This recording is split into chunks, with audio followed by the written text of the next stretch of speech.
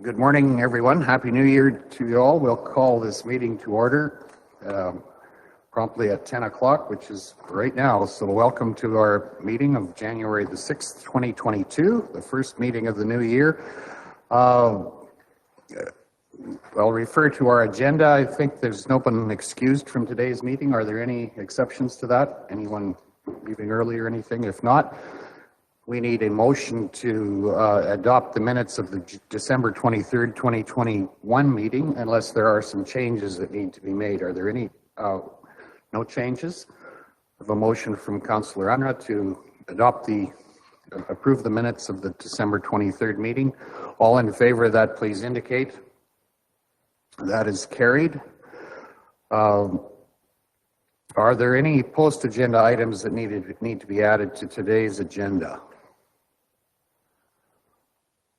Seeing none, we'll ask for a motion to approve the agenda for today's meeting, please. Councillor Philpott, thank you. All in favor, please indicate. That's carried. With that, we move to item number 6, a question period. Notice of motion. Are there any questions for council today?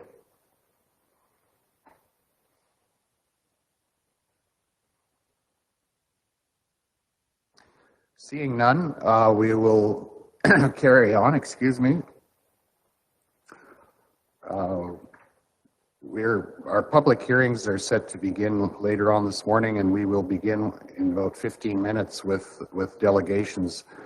But we can probably skip ahead and move to some other things prior to that, Matt, or where are we?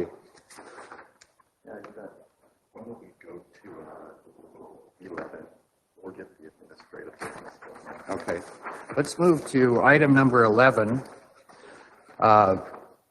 administrative business, item number 11.1, Corporate Health and Safety Committee, Council Statement of Commitment. Sherry, good morning. Sherry, you're welcome to come present right away if you're good with that. Happy New Year to you. Yeah.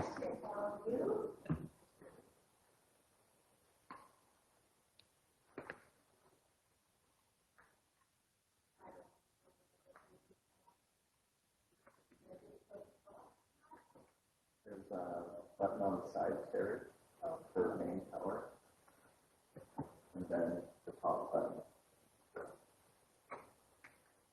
There you go. There we go. I've just reinforced the fact that I don't visit this area very often. So,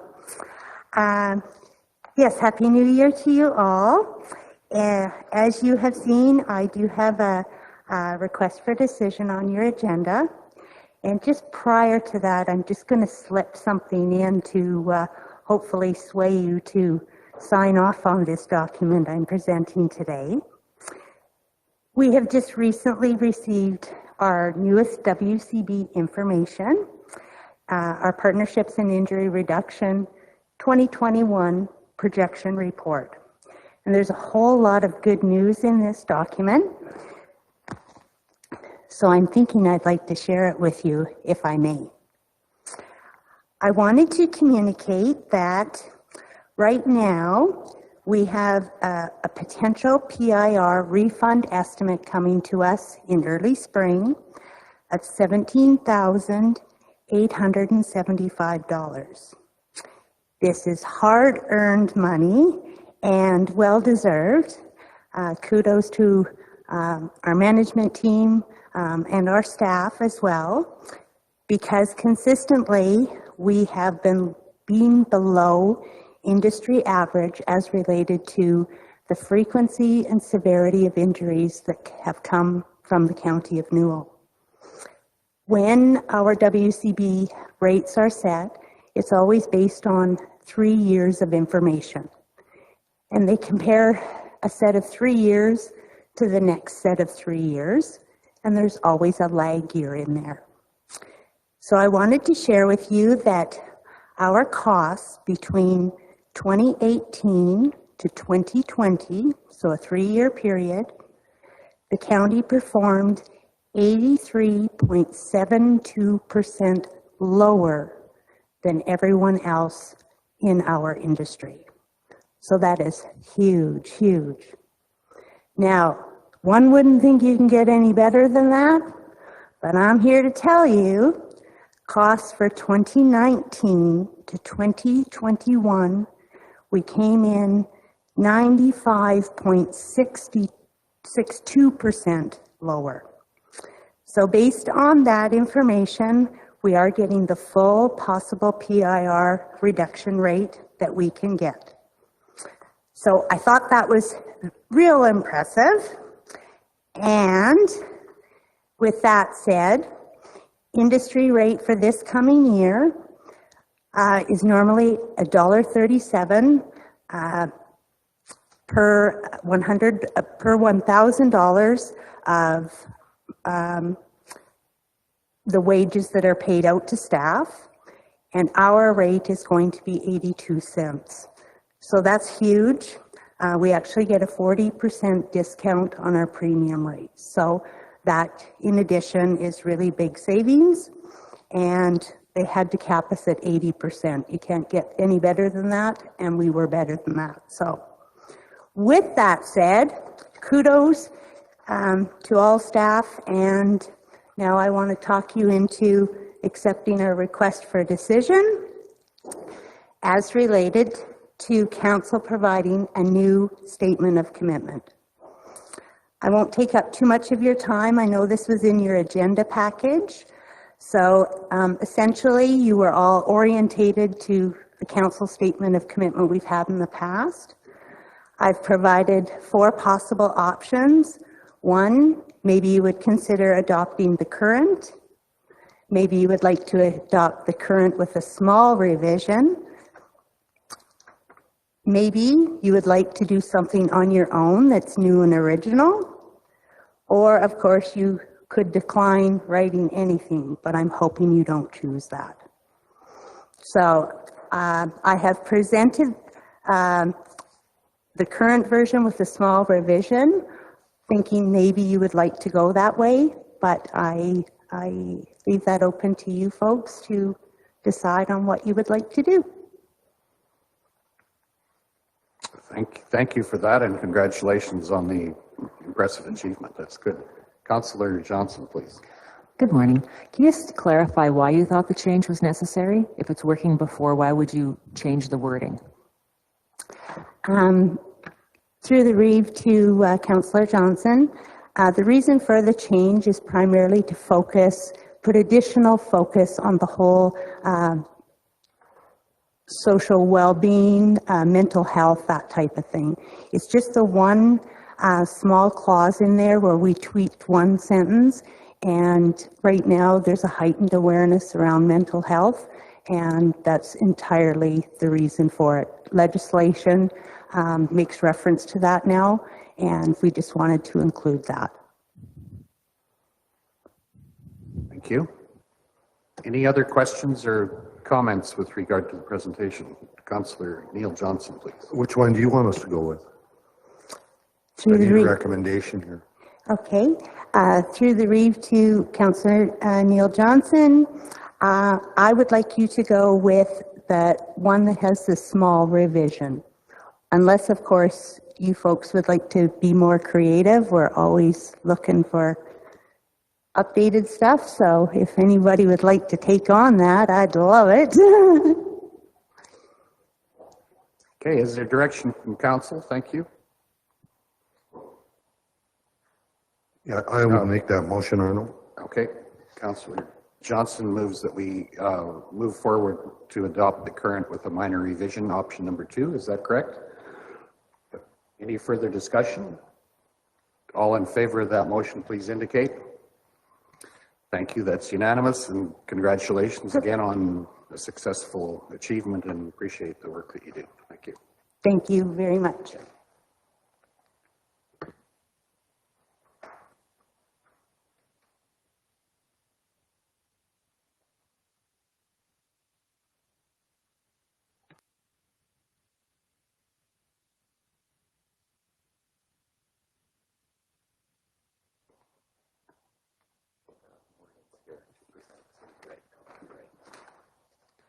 Okay, we'll move to item number 11.2 and invite Morgan Ross to come and present to us. Good morning.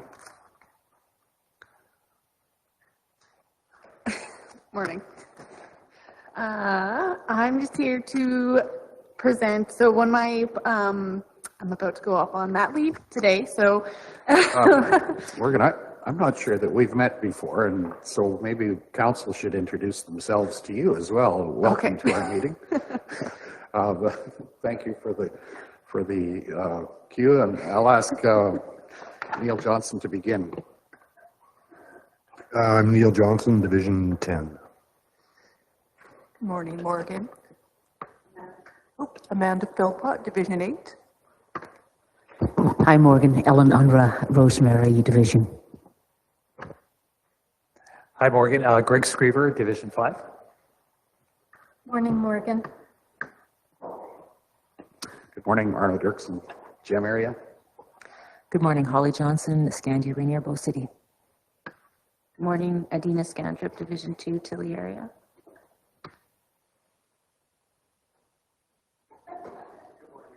Good morning, Dan Short, Division 1. Good morning, I'm Lynette Cott from Division 3.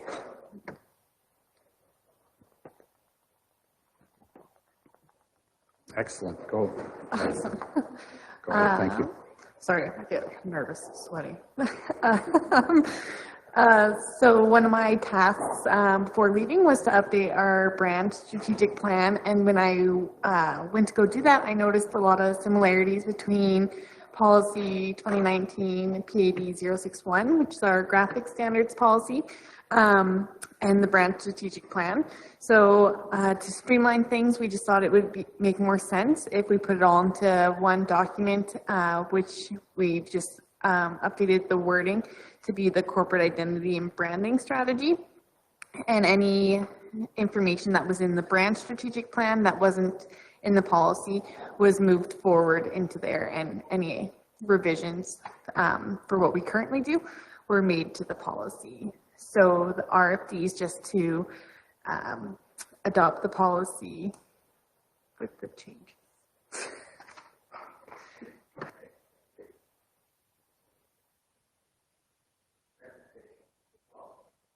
Recommendation is to adopt the policy with the changes that are suggested. Are there any questions from or comments from council? Go ahead, Councillor. So was one from 2012 and one from 2019? Because on the markup you have the 2012 and 2019, it was a little confusing where these have come from. That's what I got confused about.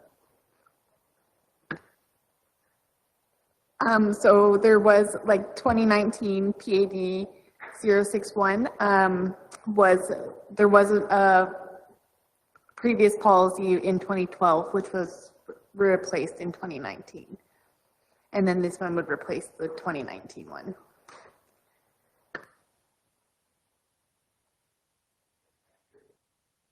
Thank you. Any other questions? Go ahead. Because this is kind of a lot of information, what's the big changes? Is there anything we should be aware of? Is it just basically cleaning up things? Yeah, basically just cleaning things up.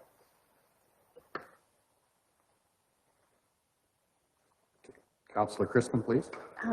Through the chair, Holly, the markup showing the red indicates the changes, so that helps. Yeah, that's something that staff has started providing us when they make changes to policy, and I've found it personally very helpful to see where we were and where changes are recommended.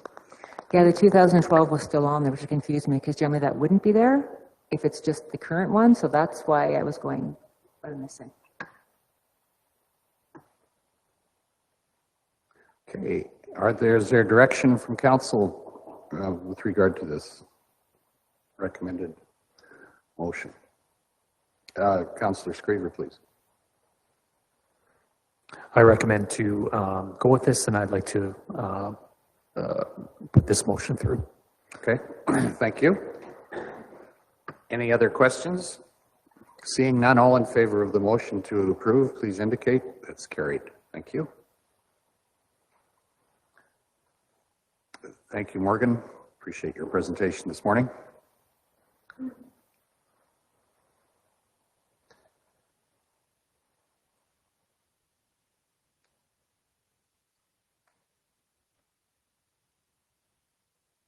Go on to item 11.3.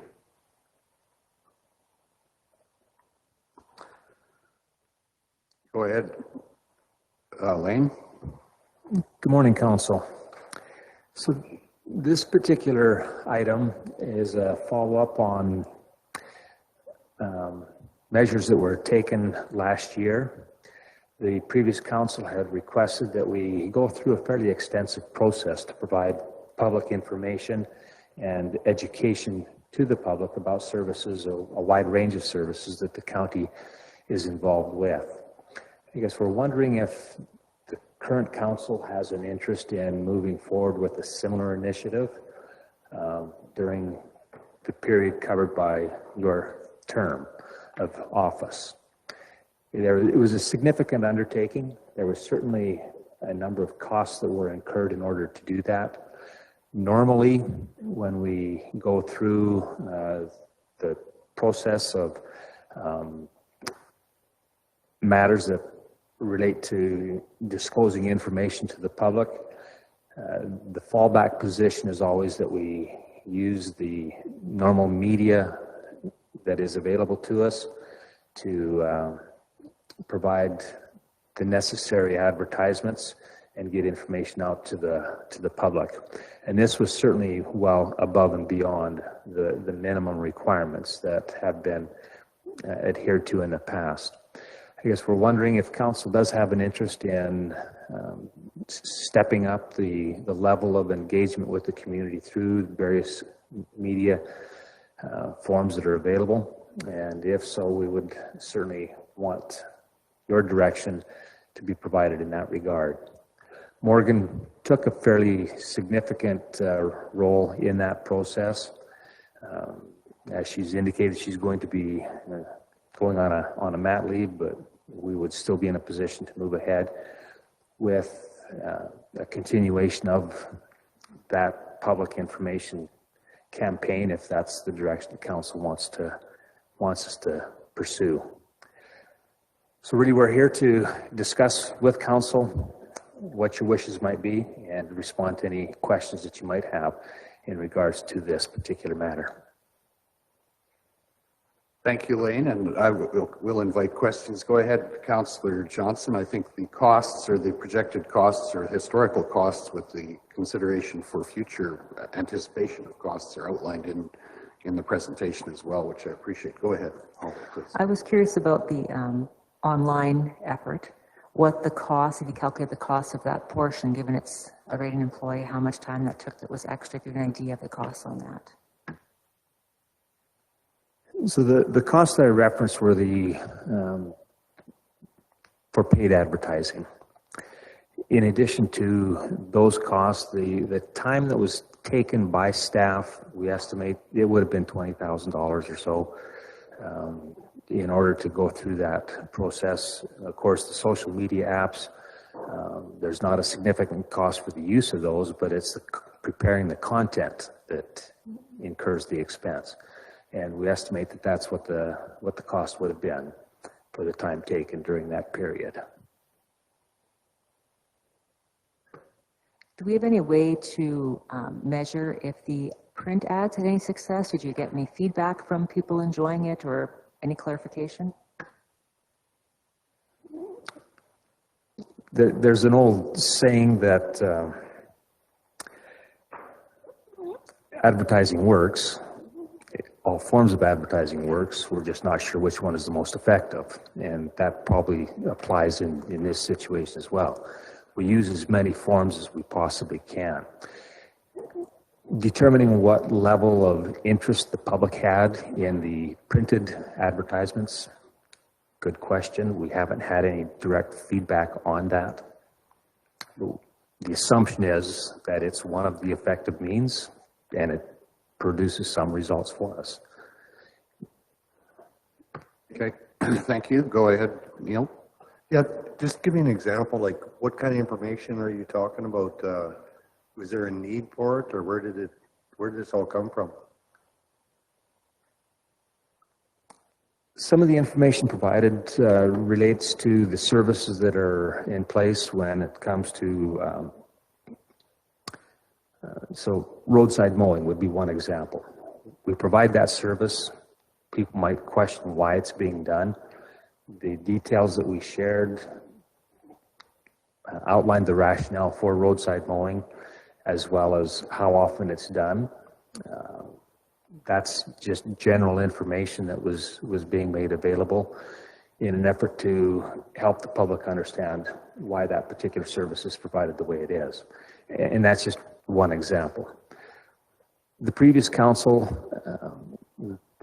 we could possibly defer to some of the members of the previous council that are around the table, but the direction was provided that we want to make sure that the public is fully informed to the fullest extent possible on the services that are being provided, particularly with it being an election year. We were hoping that it was going to increase interest from the public in possibly considering becoming involved in running for council and making sure that they understood what the range of services were that the county was providing. So that's just one example. Thank you, and there is a fairly extensive list of examples in the presentation, which I appreciate that we've seen. Are there, Councillor Christman, you maybe have a perspective on that? No, I do. I was part of, I think it may have come out of my mouth that we need to share what we do here at the county. And I was so blown away when this initiative started. The presentations that they came up with, both static and moving product, it was amazing and very informative. So kudos to Morgan and your group that created those. But I do think that we do have a responsibility to educate and share what we do here at the county.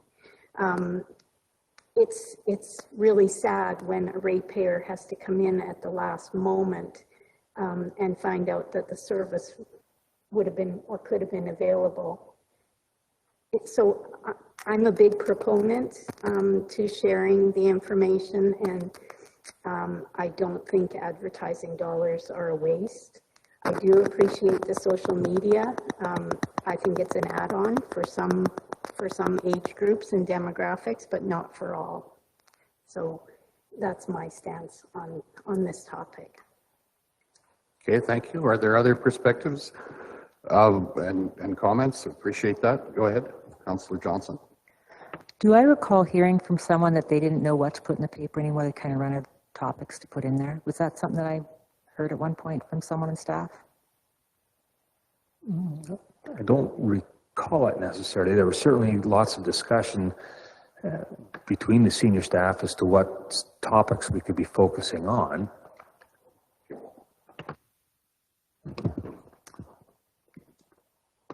So a couple of things. I just point out to council, if you're curious on what was published, you can go into Laserfiche under the advertising folder, and all of the Newell half-section ads that were created and published are there. So there was a ton of effort that went in 2021 creating that content. The good news is we've now got that content, and our services don't change too much year in and year out, right? So we can rerun the content. So the time commitment for creating content moving forward should really be limited to new initiatives. So an area where it may be useful to be proactive in our communications is on something like a major project like the rural water project, where currently we haven't been very proactive in doing any messaging to let the public know where we're at in the cycle. So we've been receiving phone calls, hey, I'm ready to sign up. Where are you at? Well, we're actually just in the process of applying for the grant. So there's probably an opportunity for us to be more proactive, whether it's through the paper or through radio. With previous council, we had also had conversation whether there was any interest in getting you on the radio.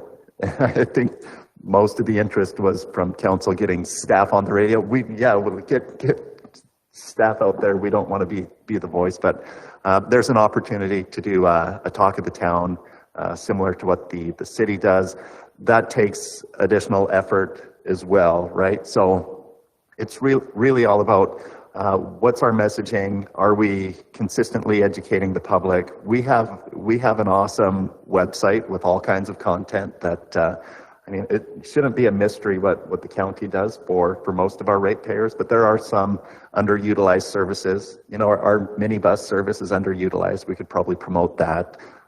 There's some really cool things you can do now with targeted advertising on the web, right? So you can choose where you want your advertising to pop up. You can target your market. So there's some things that we can do that way. I think whether council wants to move forward with the same level of advertising is one of the questions, but one thing I think you want to have in the back of your mind, and maybe you save your thoughts for our strategic planning retreat, is really what you want in terms of a public engagement and communication program. Are you content with the legislated standard and, you know, the minimum, or do you want to take it up a notch, which is an option, but it comes with a cost. Okay, Neil, please. I'm just wondering if you really think a lot of people pay much attention to this stuff.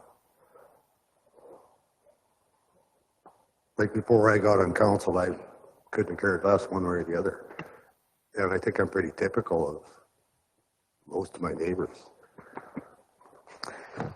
That's $1 million question. Yeah, some valid comments. The hope is that people are paying attention.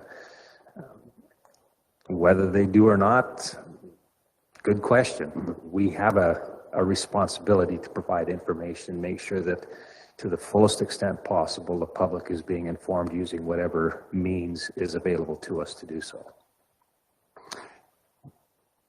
Is there any, has there been any service that, I mean, I'm sure you can hire somebody to do an assessment for you, but has there been any work done to basically gauge what the response of what we've done has been from a multimedia point of view? And also, you know, I certainly agree that transparency, first of all, is very important, and with that comes the responsibility to communicate with people what we're doing.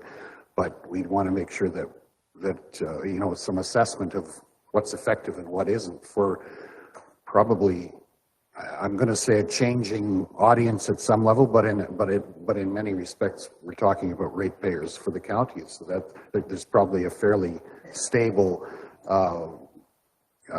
ratepayer demographic as well. So maybe, has there been much work done on that? With all of the digital forms that we have made use of, there is analytics that we're able to access. So with each message that is released, we can go in and find out how many times that was viewed, how many times it's been shared.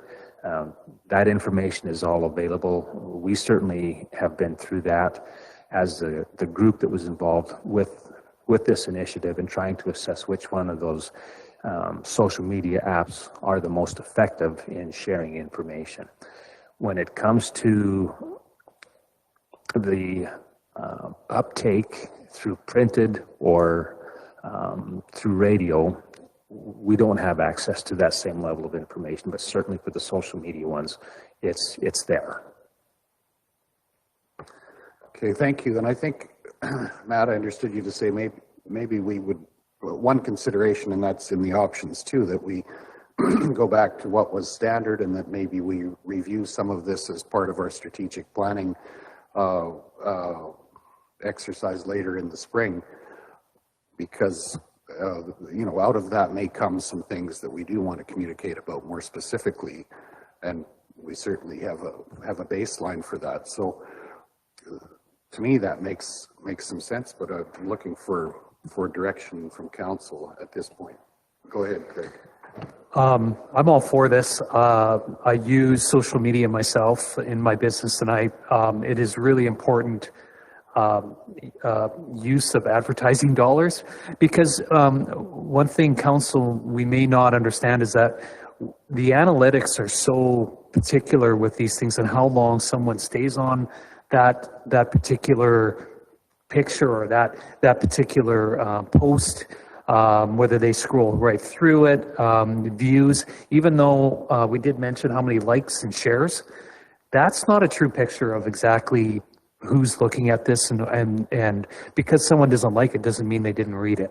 So it is very important to use this form, and I do agree that it's something that we can talk more on in the spring at our planning session. So yeah, so that's just my opinion on that. Go ahead, Morgan, please. Sorry, just to touch base on Greg's comment. So like I am a silent creeper on social media. I don't like anything, but doesn't mean it's not reaching me. So we do have one metric which we started measuring over the last couple months, which is our average reach per post, and that has increased. So that is a good thing. We are reaching more people with every post that we're doing. So that's good. Holly, thank you, Morgan. Go ahead, Holly. So when you're saying post, you're not talking about the website, then you're talking about other social media. And which one specifically, or which one are you checking, or all of them you're checking on postings? We check specifically Facebook, Instagram, and Twitter. There's no question that that's a remarkably dynamic media opportunity, even for marketing and that kind of thing. So it's probably something we need, I would agree that we need to pay attention to. But I think unless there's more questions, I think we're ready to, like, which option do we want to go with? I have to admit that I struggle to have the right screen in front of my on my computer here at the right time, but where are the options? They are in, pardon me. Yeah. Okay, this one here, right?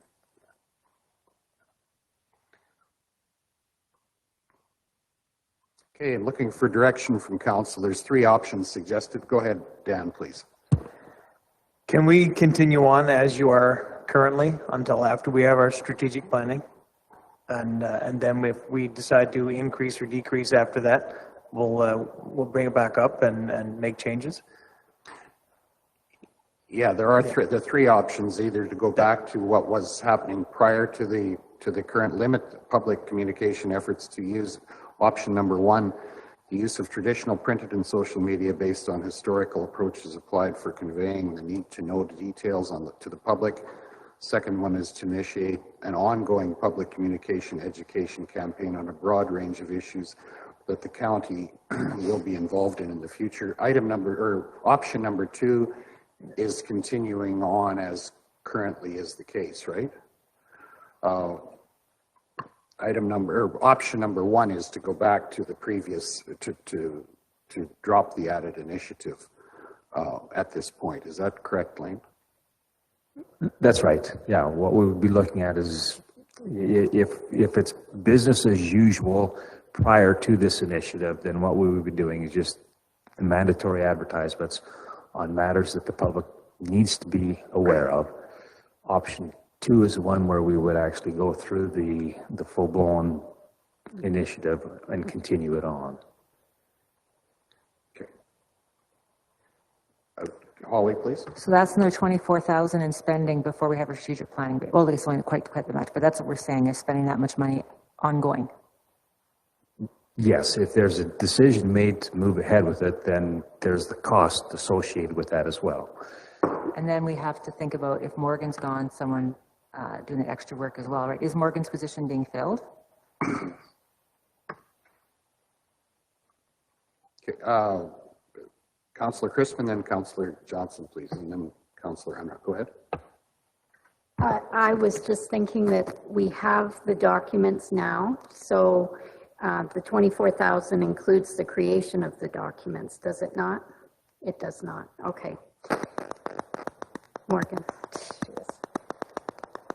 Sorry, just to clarify, so the 24,000 in here is attributed to like the print advertising, and we have not been doing the Newell half section since October, so since the election, and the additional education post creation and posting as much as we were ceased since October as well. So like we're still posting more than we used to, but the additional effort is not as heavy as it was. Right. So what we're currently posting right now would be like the status quo. Mm-hmm. Okay, thank you. Neil? Yeah, I kind of agree with Dan. I'd like to just put this to rest till after we have our planning session. Not throwing it, I mean, we've done all the work, it's ready to go, but I think we're a little premature making this decision, to tell you the truth. Okay, thank you. Councillor Unruh had a comment. And then Yeah, I'm not too sure. Obviously, I'm not on social media. One has to be a member in the first place to sign up for the county. So these people are already interested, right? If they want to know something, would they not go straight away to the website? I'm thinking. Perhaps not. I'm not on social media, because I've heard people say, oh, I didn't hear about that. And I said, well, are you on Facebook? Yes. But then you have to be already signed up for that. Otherwise, not if you're on Facebook, you don't automatically get this, do you? Right? Like, again, I'm not on social media, so never mind that. But so then I'm sort of, again, we have to discuss this more at length, but I like the idea if something new comes up, perhaps in the newspaper and on the radio. People always speak about what was said on the radio, and they have a conversation that way. I don't know, just a few thoughts. okay. Dan, please. Thank you, Ellen. I think for now, what I'd like to see is for you not to increase nor decrease what you're doing. Keep it just like you're doing right now, and after our strategic planning, we'll come up with whatever we want to change and make the changes based after that. So I'd like to make a motion for you guys to continue. Yeah, I guess if it's option one, continue like you're doing, no increase, no decrease until after our strategic planning. Okay, thank you. We have the motion, and just for clarity, that takes us back to prior to the initiative that we're talking about, right? So, and then, but a lot of the groundwork has been done for additional communication if we want to re-engage at that level. So, everyone understand that? Any further questions? Councillor Unruh, go ahead. Oh, Councillor. I just want to know if that's what Morgan and Lane would think we're on the right path, because I'm watching your faces to go, is this what we should do? So go ahead. I think that that's certainly an appropriate step to take. This is a matter that will have ongoing implications, and there is no harm whatsoever in deferring further discussion until after you've had a chance to sit down and figure out what your strategic priorities are going to be. Yeah. Adina, please. Thank you. So I just need some clarification. Does that mean that you would continue with social media, or you would be done with social media? We will continue to make use of social media for those things that come up between now and whenever a decision is made. We're not going to be putting the same kind of effort into social media content on general matters, general interest matters, but anything that requires the public to be informed about a decision that council has made, that will be distributed through social media as well. Right. Thank you for that clarification. Matt, please. Yeah, and the largest cost impact is not continually taking out a half-page advertisement in the local papers, which was an initiative up until October of last year. So that's where most of the extra spending was coming, is in buying a half page of advertising. Right, and so simple terms, the extra spending will not be re-engaged until we decide to do that again. So that's the direction that we're taking. Everyone clear on that? All in favor of the motion, please indicate. That's carried. Thank you. Thank you, Morgan. Wish you well. Thank you.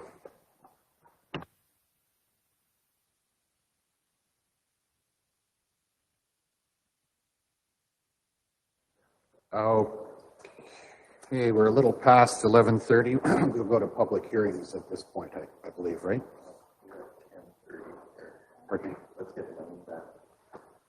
Oh, Elaine, could you join us again, please?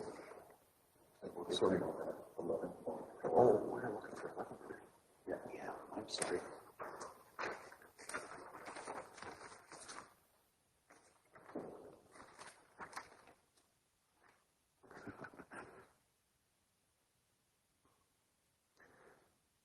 So scheduled fees bylaw is basically back before council for second and third reading.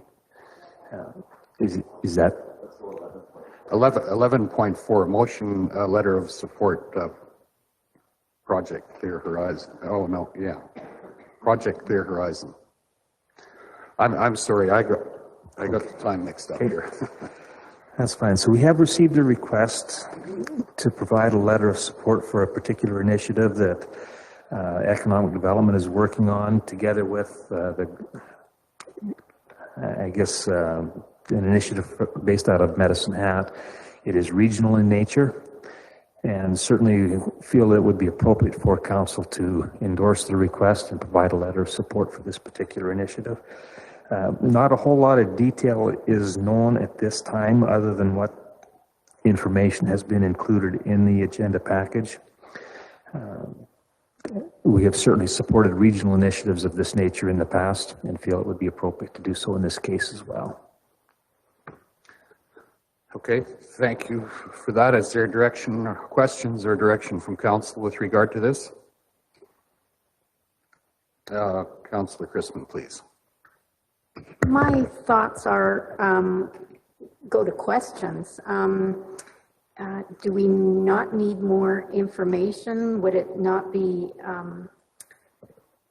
helpful? I mean, we could send a letter in principle, but wouldn't it be good to know a little bit more about the project and how it will benefit our region?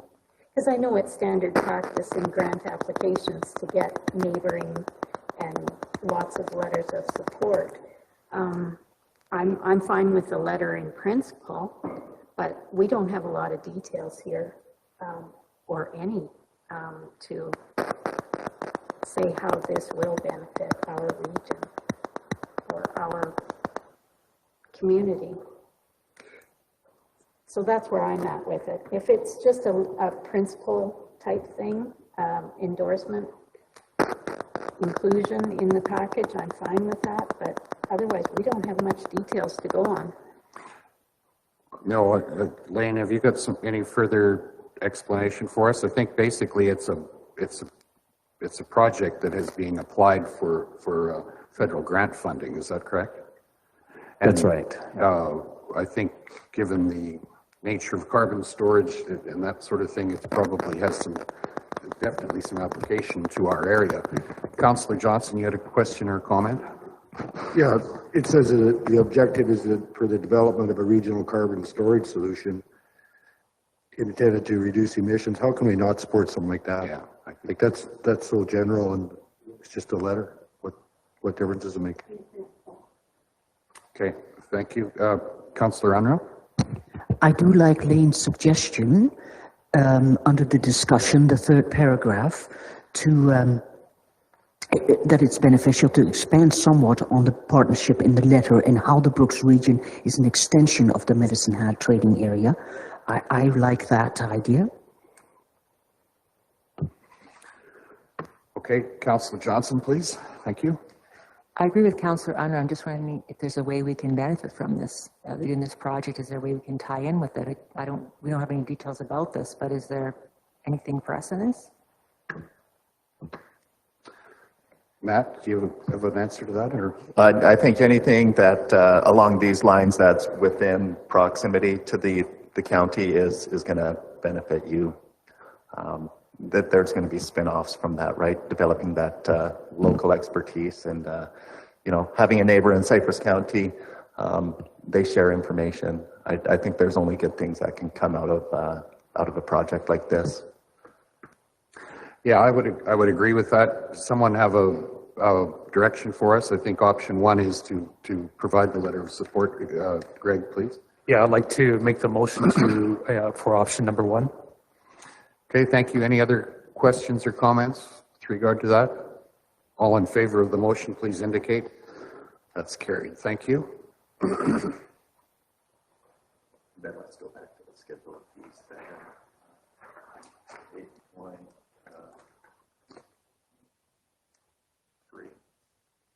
Just a second. Right. Right. Yeah. Thank you. Now let's go back to item 8.3, second and third reading for the schedule of fees and the bylaws. Somebody have a question or comment? Bylaw 2021-21. We take those individually, right? Yeah, can I get a motion for second reading for Bylaw 2021-21? Councillor Philpott, thank you. Just a quick question. So we're at second reading, so this means that there was first reading and there was no response from the public. So we're in second reading. Is that the process we're at, Lane? Correct. The information about this bylaw was made available to the public. We have had no response come back.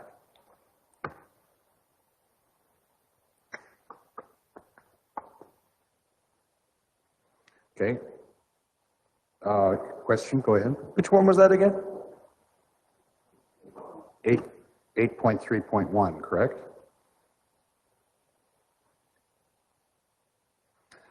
Any further questions? Councillor Unruh? I did notice that a road closure lease application fee, it went from 600 to 1,000. Now, why the significant increase from 600 to 1,000? Through the chair, yeah, to Councillor Unruh. Previous versions of the bylaw included two different fees for a road closure application. One was the lease, and then another was, I think, a $400 fee that was retained by the county in the event that the lease was going to be canceled in the future. Because if a bylaw is adopted, you have to go through the same process to rescind the bylaw. So a bylaw of this nature requires advertising, it requires a public hearing. If the lease was going to be canceled, we had to go through that same process. What we're doing now is increasing the application fee and then eliminating the fee that would have been charged in the event of a closure. The amount that the applicant pays is the same in the end, or basically the same. It's just that it's collected up front through one fee. Okay, thank you. Does that answer the question? Any other questions? Ready for the question? All in favor of the motion for second reading for Bylaw 2021-21? Okay, that's carried. Thank you. And then we can go direct. Oh, sorry, Lane, go ahead. Just a motion for third reading. Yes, well. yeah. We now are looking for a motion for third reading. Councillor Johnson, all in favor of passing motion for third reading, please indicate. That's carried. Thank you.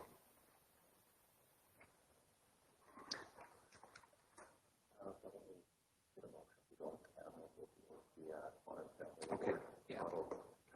Yeah. Okay. Thank you. At this point, I think we could go in camera if we have a motion to go in camera. Councillor Unruh, all in favor that we move in camera, please indicate. Okay, that's carried. Thank you. Todd, are you prepared to come down and join us? Okay, let's reconvene our meeting. I'm going to suggest we go to item 9.1, which is outcome employment services, and we have Kathy Lyons and Catherine Bruins with us. And I will, do you have, welcome to our meeting this morning. Do you have cameras on? I think that would be a good thing. And I think, first of all, if that's available, first of all, we introduce ourselves, the County of Newell representation here. Let's start with Neil Johnson, please. Amanda Philpott, Division 8. Good morning, Ellen Unruh, and I represent the area around the village of Rosemary. Good morning, Greg Screever, Division 5, Lake No Resort and Castles. Good morning, I'm Kelly Chrisman from the west side of the county, Division 6. Arno Dirksen from Division 9, the GEM area. Matt Fensky, County Administrator. Holly Johnson, Division 4, Scandia, Rainier, and Bow City. Good morning, Nadina Scantrup, Division 2, Tilly area. Good morning, Dan Short, Division 1, booming metropolis of Rolling Hills. Lynette Kopp from Division 3, Patricia Millicent area. Ariana Nielsen, Executive Assistant. Sandra Stanway, Brooks Bulletin. Okay, thank you. Welcome to our meeting this morning. Please introduce yourselves to us, and then we'll ask you to give the presentation from Outcome Employment Services. Please welcome to our meeting.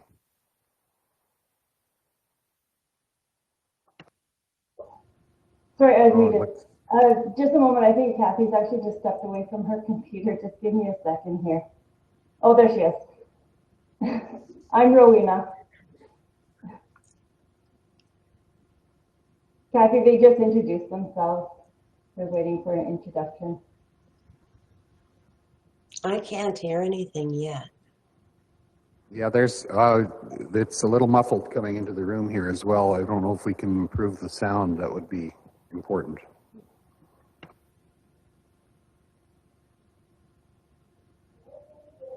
Yeah, I'm on. Do you want to use my computer? Okay. She's just coming to my office here. Still quite a muffled sound. I'm not sure, Todd, is there any way of improving that? I think Kathy's mic was better actually than yours, Rowena. Oh, was it? She said that your mic is better than mine. My mic is really muffled. But you're on. Is the volume down? No, the volume is up high. On the, you hear the external speakers. Sorry about this. Yes, no worries. And just for our guests, so you guys won't hear anything from the council room unless they press their mic to speak, and then you guys will hear something. So if Kathy wasn't hearing, it could just be because nobody was speaking into their microphones. Okay. Yeah, and your mic is just, it does sound like there's a little bit of an echo. It could just be the acoustics in your room. And probably the only way to change that would be if you were wearing a headset. Oh, maybe. Okay. I'll mute again and give Kathy. I can hear now. Perfect. We can hear you as well, Kathy. So go ahead. Let's try. And if it's muffled, I'll maybe interrupt just to try to improve it a little bit. I think, Rowena, yours seemed to be a little better when you leaned into your mic a little closer. But go ahead, please. Welcome to our meeting. Thank you very much for having us.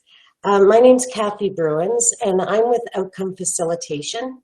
For those of you who don't know us, we're a private consulting company, and we work out of Brooks. So our office is in the old women's shelter between the Shoppers Drug Mart and the RCMP station. So a few things that we do, we're going to talk about our employment programs during our few minutes together, but we also provide community development work. So we consult with different agencies and community stakeholders. We've done some work with the opioid crisis. We've done some work with the domestic violence intervention team. We've developed some collaborative tables for domestic and sexual violence and family violence with Kind Communities Alliance. So we've done some consultation work. We also do the investigations for the Office of the Public Guardian, and we do investigations in nursing homes and group homes under the Protection for Persons in Care Act. So we do that in our different divisions, but we also provide employment programs, which are offered out of our Brooks office. And we were recently given a grant to develop the employer support program. So it's an employer partnership, and our role over the next, well, we have 8 months left. So in this year, were to meet with 80 different employers from different industries with the purpose of giving them some consultation, some education, and some support to help them become more inclusive in the workplace.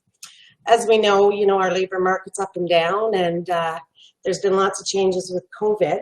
So the government is pushing the agenda of disability. And for us, disability represents somebody with a cognitive disability, a learning disability. It could be sensory, physical, but it is also inclusive of mental health, a history of addictions. You can have some comorbid conditions such as chronic illness, those types of things. So our definition of disability is quite broad, and there's two portions to this project. One is working directly with the employers, and the other part is to work with 40 people with disabilities over the year, and we offer them a work simulation, which has been a kind of cool project for us because we have a workshop established. We have a kitchen that is set up like a restaurant.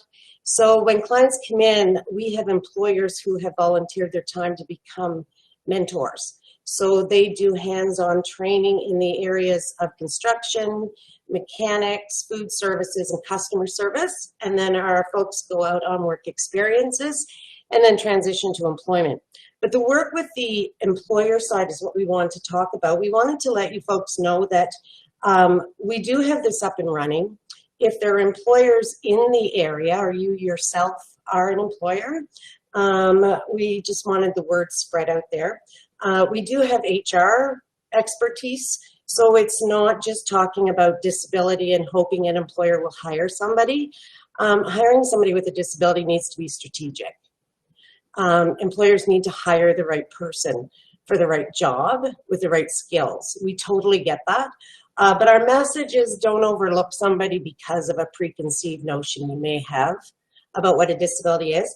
So some of the things we do with the employers is we can go through their HR policies and help them update those, their recruitment strategies. They can call us if they have an employee that they want to hire or an existing employee that needs a workplace accommodation. That can be very daunting knowing what's out there.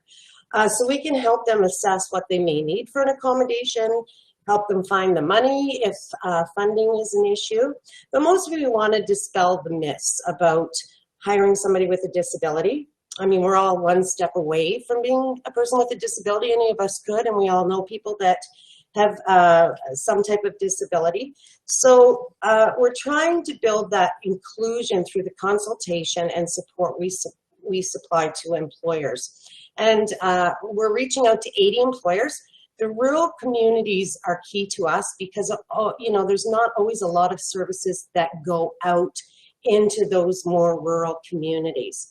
So if there's ever an opportunity through any of you folks that we could come and talk to employers in your area, or if you become aware of an employer that may want to tap into this free support, by all means, they can be referred to us.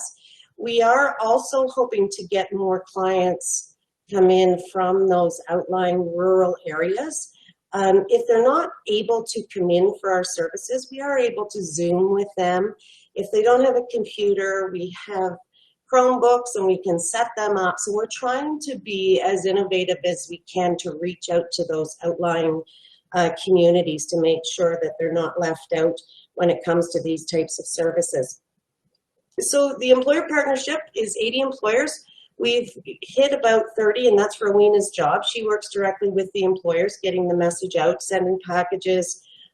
We ask them after we speak with them and do some work with them if they're willing to recruit through us. So we do now have a handful of employers who have said, yeah, we'll look at being more inclusive, and we'll recruit, we'll open up the way we recruit to make sure it's more inclusive. So having said that, we were hoping to bring this information to you folks, specifically if you have any clients to refer, if you have any employers that might be interested, or if there's any services through our program that we may be able to help the county with, we would love to be able to tap into that.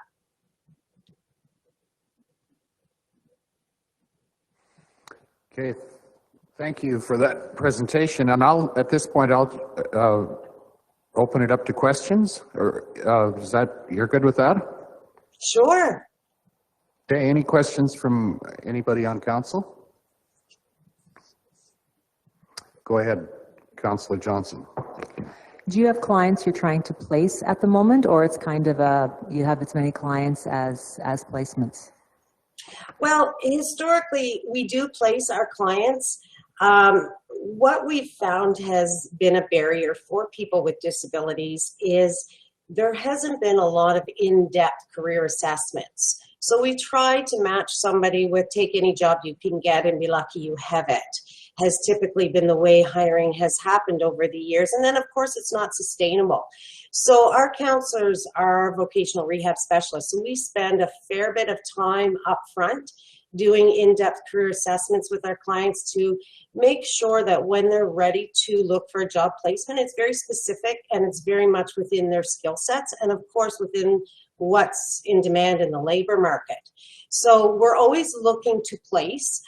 Sometimes employers call us and we just don't have the person with the right skills. So we're not going to send an employer somebody just, you know, for a tick in a box type thing. So we're always looking for placements.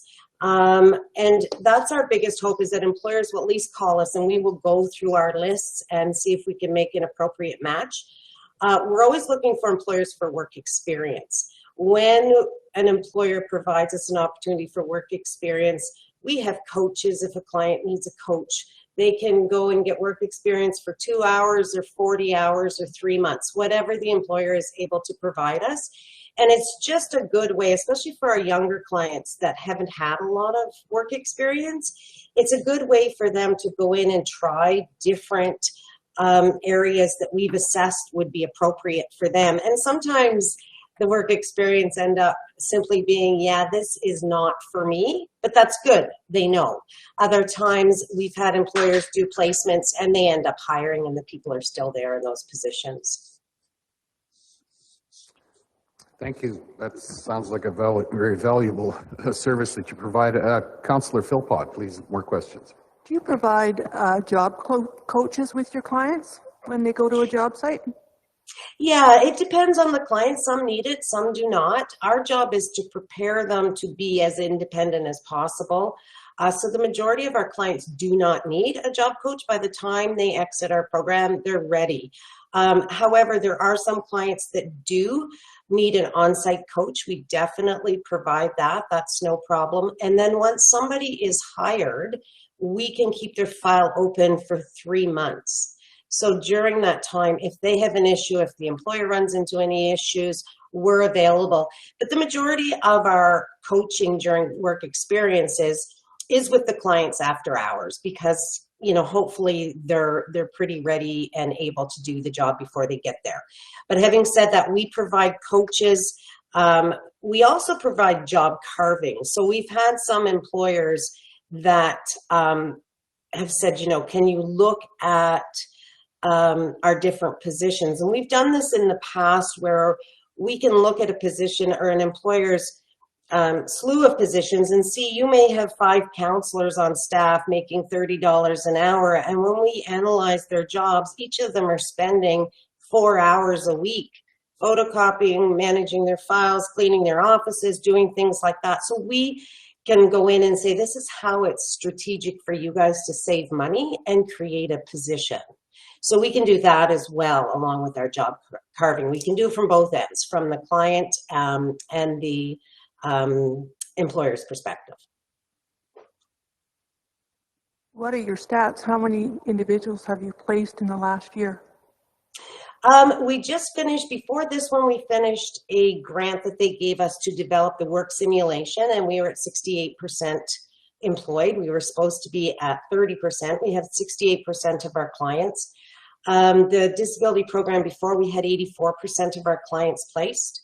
And this one, we're only 4 months into it. So the majority of our clients haven't finished their 4 months with us. They have 4 months before they can go to employment to get all their stuff done. Having said that, we have had a couple that have exited early with employment. We've been looking for their work placements with them, and the employer's just done a direct hire without the work experience. So historically, outcome with our other programs as well, we're usually between 70 to 80% placement rate. Our clients can also transition to further training. So depending on how their career assessments end, they may be best to go to school. So if they wanted to take their healthcare aid, for example, we would make sure we do the upfront to make sure it's a good fit. We do the labor market analysis to make sure they're actually going to have a job when they're done, that's forecasted in the labor market as a need. And then we set up their accommodations, and we can follow them during the school year as well. Okay, thank you. Councillor Scraver. Hi, good morning. Morning. I was just wondering, where does your funding come from? Is it through Alberta, through the grants program, or is it a user pay system? How does the revenues flow there? Yeah, this is government funded, so it's through Alberta Supports. So they refer clients. I would say probably 60% of our referrals come from Alberta Works offices, so people that are on income support. We can also work with people that are on AISH as well, because they're allowed to work a certain amount of hours. Some of our folks that have been on AISH in the past have ended up with full-time employment and have come off of AISH, which they can do for short periods of time if they want, and it's always there to go back to. But yeah, this one's government funded, and it's a partnership between the feds and the provincial government.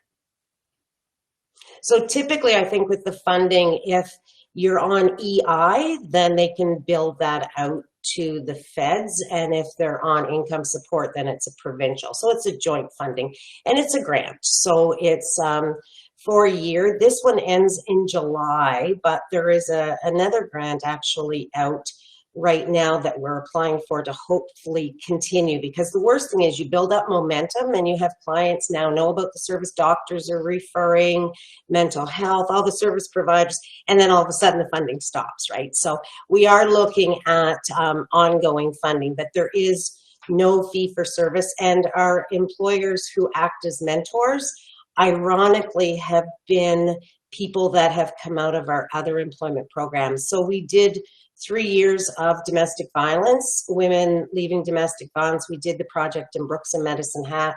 We had 160 women go through the program, and one of them is now a mechanic in town who came out of our program, did her training, and now she's a mentor giving back to our clients. One of the ladies who does the food services on site, she was another person who had left domestic violence and came through our program. So it's nice to see them now giving back. We do have some construction companies that come in, and in our workshop, they provide their time to give each of our clients one-on-one 5 hours in the workshop to show them how to use the tools to do that one-to-one. And the benefit of that is then the employer has that hidden job market that our clients don't have. So they know everybody else in that field. And if our clients do well, they're great to make the referral and say, you know, John's hiring, why don't you go give him a call and I'll be your reference. So it's nice to see how it can be integrated into the community, and you know, everybody benefits, right? Okay, thank you. You're welcome. Any further questions? Seeing none, thank you for your presentation this morning. We appreciate that and wish you well as you continue to serve our community, and appreciate the work that you do. Thank you very much. Yeah, no problem. Please reach out if you have any questions, or if you want to refer any clients or refer any employers. We'd be happy to meet with them. Very good. Thank you very much. Okay. Thank you so much. Have a great day, guys. Stay warm. You too. Okay, bye now. Thank you. Bye. Okay, to council, let's move to public hearings. We need a motion to move into public hearings if someone's prepared to make that motion. And then Councillor Philpott, all in favor that we move to public hearings, please indicate that's carried. Thank you. So we are reviewing proposed bylaw 2019-21. Maria, you'll take us through that. Perfect, Welcome thank you. this morning and Happy New Year. Happy New Year to you as well. Thank you. So this is a public hearing for, as you said, bylaw 2019-21. The purpose of this public hearing is to redesignate the subject lands from residential rural district to business rural district to accommodate an existing flea market type business. This lot was zoned light industrial prior to 2008, and then at that time there was an update to the land use bylaw. All the surrounding lots, as you can see on this map, are zoned rural business, except for this one that is zoned rural residential. I'm not sure of the reasoning behind that at that time, but my thought is that because there is a house on it and maybe didn't have an associated business at that time, that's why that was done that way.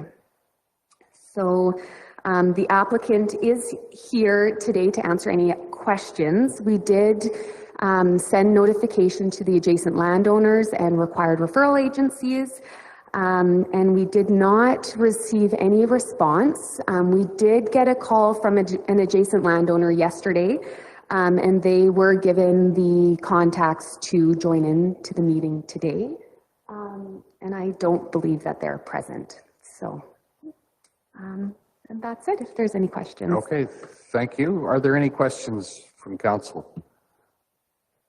or the public? Councillor Short, please, go ahead. Did the caller indicate if they had an issue or just that they knew about it? Was there any indication that there was a problem going forward? Unfortunately, I wasn't able to speak to them directly. We didn't receive any positive or negative feedback, only that there may have been questions.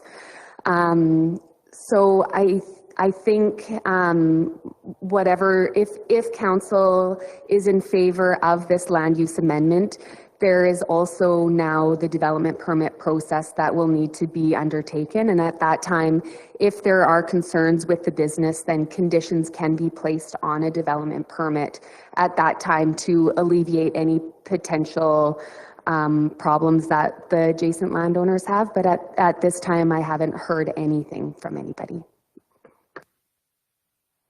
Okay, thank you. Are there any other questions? Councillor Unruh, please. So it does make sense, because that's the only property that is currently rural, just a minute, a residential rural. Sorry, my mic is something wrong with, isn't it? Can you hear me?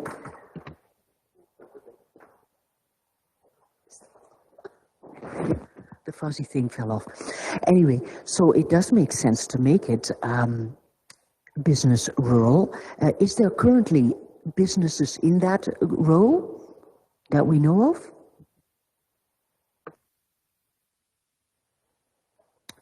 Who can respond to that, Maria, please? Sure. I know that there is a storage business directly adjacent to this property.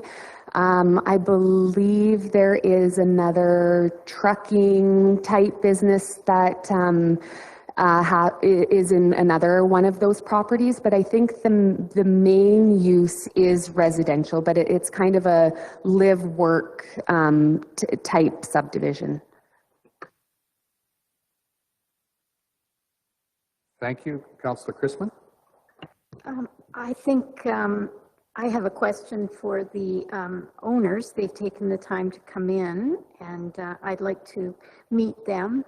And my question for them, I'll wait till they're in place.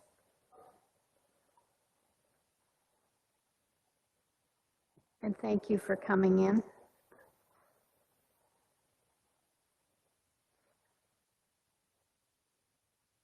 My question is pretty basic. Do you see the business changing in any fashion as a result of this zoning change? No, I don't see any change. Like it's, yeah, it is pretty basic. You're welcome. Thank you. Councillor Screever, please. Thank you. Hi, thanks for coming in. See, this, I know this plot a bit, and it has the house on the front part of the lot, correct? And is the flea market, do you utilize the back part of the property? It's on the back part of the property, and some of it's adjacent in the RV part of it, yes. So do you own the lot beside it also? I own the lot beside it. I rent the house. I don't own that piece of land. Oh, okay, so you're renting that portion? Yes. That we're talking about, Yep. okay, okay. And they are not permanent fixtures that are placed back there. They're movable. Okay. Okay, thank you. Any other questions?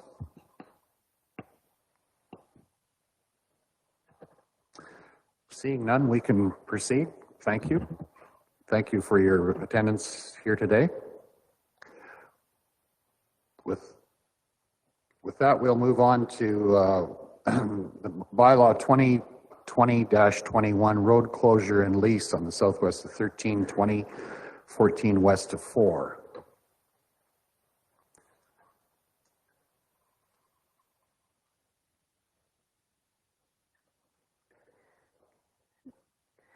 Okay, thank you, Mr. Reeves. So this is public hearing for road closure and lease, bylaw 2020-21.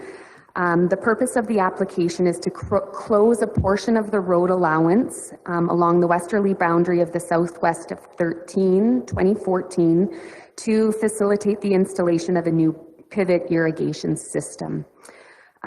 So the applicant owns the land on the east side of the road allowance, and the lands on the west side of the road allowance are currently accessed by Highway 544. So this is in the Millicent area, in Division 8.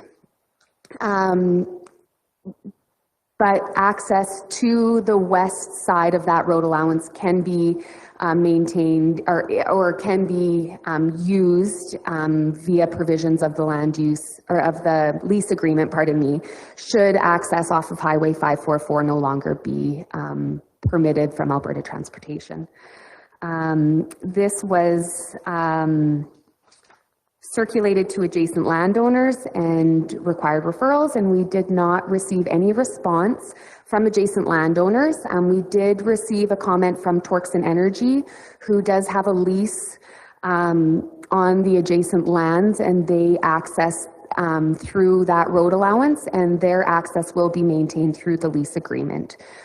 So that is a provision for utility companies and oil and gas companies as well. Which is standard procedure as well with regard to something like this, eh? Yeah, okay. Are there any questions from council? Oh, Councillor Short, please. With the rest of that road allowance that's there, the highlighted portion on your aerial map, that's the portion we'd be closing and leasing out. What happens to the rest of it? Does that get leased out as well, or is there just an understanding that it gets used and that's how it is, or what's the deal with the remainder of that, is my question. Well, that's a good question. Because it's not being irrigated, I suppose it may be grazed by the adjacent landowners. Some road allowances are fenced off on either side and are not used at all. So typically, we have allowed, I guess, I'm not sure if that's the right word, but grazing to happen as a form of vegetation management on county land. But when the adjacent landowners are farming and irrigating and actively using that land, then we request that that be closed and leased. The road allowance isn't fenced out of the property at this point, is it? It's just a boundary fence on the west side, correct? Yeah, right. Any other questions? Seeing none, I think we'll move ahead. Thank you, Maria. Appreciate that. At this point, we need a motion to move out of our public hearing. Councillor Johnson, please, all in favor that we move out of the public hearing? That's carried. Thank you.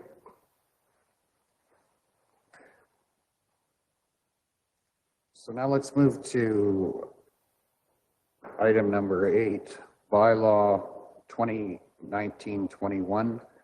A motion with regard to second reading on that bylaw. Is someone prepared to make a motion for second reading? Councillor Short. Any discussion on that? All in favor, please indicate. Okay, that's carried. Similarly, a motion for third reading, Councillor Johnson. All in favor, please indicate. That's carried. Thank you. That proves that bylaw change, and we thank you for your presentation this morning. Now let's move to a motion with regard to first reading for bylaw 2020-21. Councillor Johnson, Neil Johnson, any discussion with regard to that? All in favor, please indicate. That is carried. Thank you.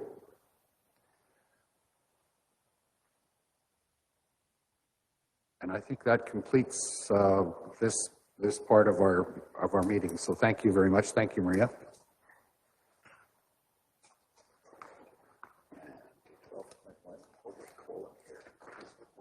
Right. At this point, we'll move to item 12.1. Cole, if you'd come give your presentation. We're a little late. We've cut into your time, but you have the floor. Happy New Year. Welcome to our meeting this morning. Thank you very much, Reeve and councillors. Appreciate the opportunity to present my report.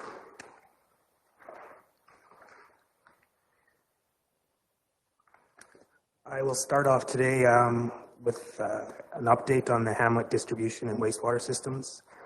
I mentioned last month that we had a repaired pump for the Rolling Hills distribution system.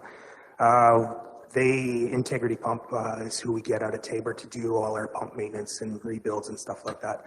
They were looking to have it installed just before Christmas, I believe on the 22nd, and it didn't really work for us. So we're going to try to do it next week, the week of the 10th to the 14th. The temperatures are supposed to be a little bit better, and it's always a challenge with shift workers and 3 stat holidays in a 8-day period to get staffing levels where we need it to be. So it works out best, both weather and staffing, for us to do it next week. And so we're looking to do that, and hopefully it'll be back up and running as it should be after next week. And another main update is we had 2 instances in Tilly over the last month. As you can see in the report, we had a leak on December 14th, and then a few weeks later, on January 3rd, we had another one. They were about 30 meters apart, and for those familiar with Tilly, it was directly in between the arena and the community hall. That whole distribution system is relatively new. It was all redone about 6 years ago. The exact location of the first leak was where they tied in the extra loop line so that it can receive water from 2 different directions. So from the pump house that's kind of off to the east, I guess it'd be northeast. It was a failed coupler on 2 pipes joining together. So we replaced it with a new one. Same thing happened with the one 30 meters to the north. It was another coupler. And it's quite odd that these usually last decades, especially the new ones. They're all powder coated, use stainless steel hardware, stuff like that. But one kind of had a seal failure and the other one had a broken bolt on it. So we replaced them. Once they were down on the second repair, they replaced 2 couplers, even though only one had failed. Just all 3 were replaced with something a little more robust, a little better. So hopefully that should be good for years and years to come. So But when we have big temperature swings like we have this year, that sometimes these things can happen, especially in older infrastructure. But it was odd to see 6-year-old stuff failing, but we got it repaired. It's pretty decent. Now we shouldn't have to worry about it, like I said. An update on the lift station at Lake Newell Resort. It's been an ongoing process. We're trying to find someone to come in and give us an overall health check on that facility, and it's proving to be quite trying. It's easier said than done, unfortunately, but BYZ Construction out of Medicine Hat was the people that went in and retrofitted it last time it was done about 20 years ago. And fortunately, there was an employee that came on to take a look at it that was part of that project. They weren't willing to give us a complete overall check. They thought it'd be better for a consulting engineering firm to go do that. So they didn't want to do the legwork and go through it all. So they suggested we go outside and get a consulting engineer. So what I'll do is I'll talk with Jeff Tiffin in your engineering department, and we'll kind of formulate a plan moving forward to see who we're going to get in to take a look at it. So I don't know, there's a little backstory behind that. We've found some issues with it. It was retrofitted 20 years ago. We have a perforation in one of the discharge pipes, so a small hole. It's not affecting anything at the moment, but it definitely needs to be looked at. We also have some hangers for the float valves, float level controls in it that have failed, and some ladder rungs that have corroded off. It's a high H2S environment, so it's very corrosive, and steel structures don't last forever in that kind of environment. So, but BYZ suggested that we also look at the concrete structure itself, because concrete will deteriorate in an H2S environment over time as well. So we had Xylem go in and take a look at the controls part, all the electrical and controls, and they gave us a quote. So we do have prices for that, because there again, it's 20 years old and it's not looking the best shape either. So just to get an overall picture of, so you can make a decision moving forward. That's the plan of attack right now. I'll meet with Jeff and we'll get an engineering company to come in and go through everything from top to bottom. And then I'll give you a report after that. Okay, that's good. And that's the extent of my report. Everything else is running really well, even despite the low temperatures. So we're kind of fortunate. Okay, thank you. Yeah, we appreciate the service out there. Any questions? Councillor Johnson and then Councillor Christensen. Just, it's some information for me. So say we had to replace the lift station at Lake Newell Resort completely. What's an estimated cost? No, you don't know, but what are we looking at ballpark? That north of a couple million. It's not cheap. And then in Tilly, like when you're replacing those couplers, how deep are you digging to get them? How deep is that? They were about 8 to 10 feet, maybe a little shallower. I was there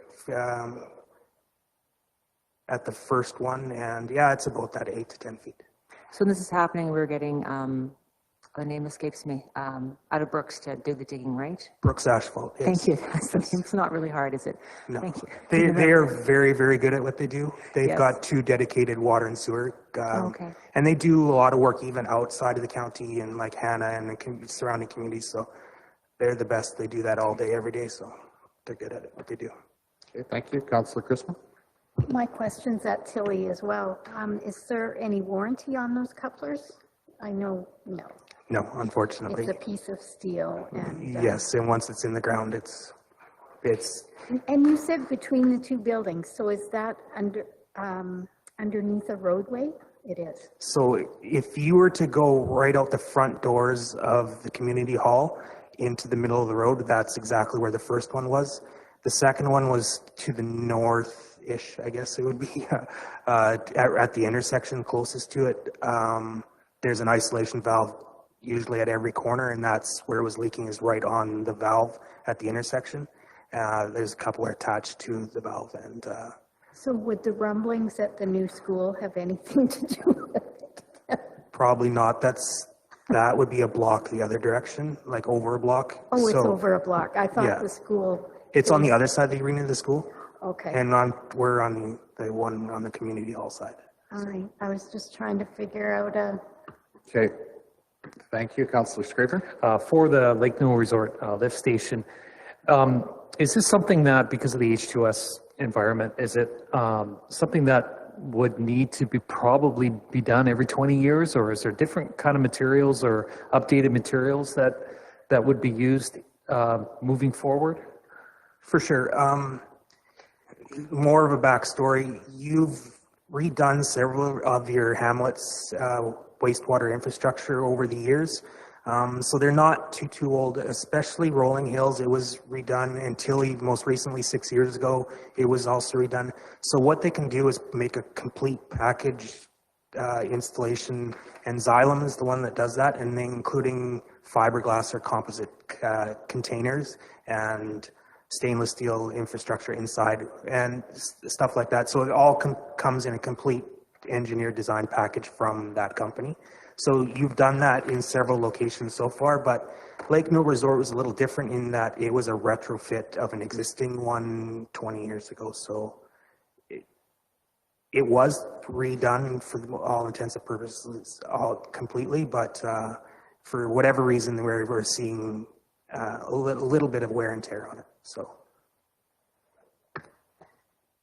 Okay, thank you. Any other questions? Seeing none, thank you for your report and coming in today, Cole. Appreciate that. You're welcome. Thank you. We're at 12 o'clock, but I'm going to, Mark is here, and we have a written report from the Director of Municipal Services. Do you have anything to add to that, Mark, or it's? No, just if there's any questions. Thank you for coming in. Are there any questions for Mark? We have the written report in our material. Any questions? Seeing none, I will entertain a motion that we, where is it here? To approve the reports from Municipal Services. Councillor Christensen, all in favor, please indicate. That's carried. Thank you. We do have some agenda items still coming, so we'll break for lunch at this point and then reconvene when? 45 minutes? Maybe we have a presentation, or we have a meeting at 1 o'clock, and maybe we can get our other agenda items concluded prior to that. So I'm going to suggest we reconvene at between 1:45 and 1:50. Does that work? Thank you.